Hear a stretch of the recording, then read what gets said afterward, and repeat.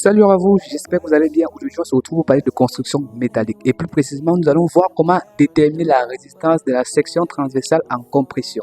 Déjà, nous avons un profilé en I qui est d'ailleurs laminé. Quand on dit laminé, ça veut dire que ces bords aussi sont arrondis, même s'ils ne sont pas très visibles sur mon schéma, mais retenez qu'ils sont laminés. Nous avons deux types de profilés. Nous avons les profilés laminés et les profilés soudés.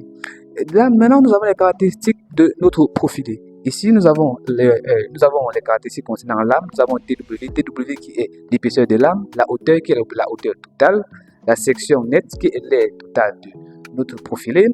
Nous avons là élément court. Cela signifie quoi, élément court? L'élément court signifie que, en fait, ici, les charges de compression sont appliquées tout le long de l'aile supérieure. Donc ici, en réalité, c'est pour ça que vous allez voir, on a mis lambda est inférieur ou égal à 0,2. Et donc, cela signifie quoi? On peut donc considérer la résistance en compression simple sans flambement. Vous allez comprendre ça dans la suite lorsque nous allons résoudre notre exercice. Let's go. Lorsque nous sommes en présence d'un élément court, c'est-à-dire lambda inférieur à 0,2, la résistance à la compression se calcule de quelle façon? Il se calcule comme ceci.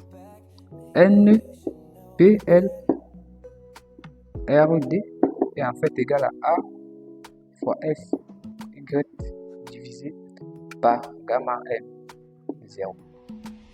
Gamma N0 étant le coefficient de calcul, A étant l'aire de la section entière, Fy étant le coefficient de résistance du fait, si on peut appeler ça, étant la contrainte de résistance du fait, si vous voulez. Et donc, nous faisons l'application numérique. AN est égal à 9310 multiplié par 3 fois 5 divisé par 1. Et là, nous trouvons quoi? Nous trouvons 3, 0, 550 newtons.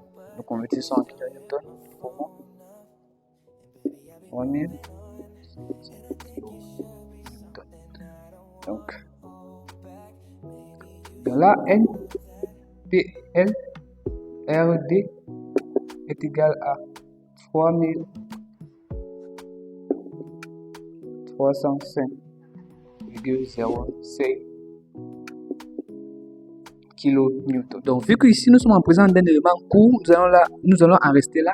Mais toujours est-il que quoi, si nous étions en face d'un élément dont lambda était supérieur à 0,2, l'effort de flambement devait avoir un impact sur le résultat que nous devions trouver. Donc, si vous voulez savoir comment résoudre ce genre d'exercice avec des forces de flambement, n'hésitez pas à vous abonner à ma chaîne pour suivre davantage des vidéos comme celle-ci. À la prochaine!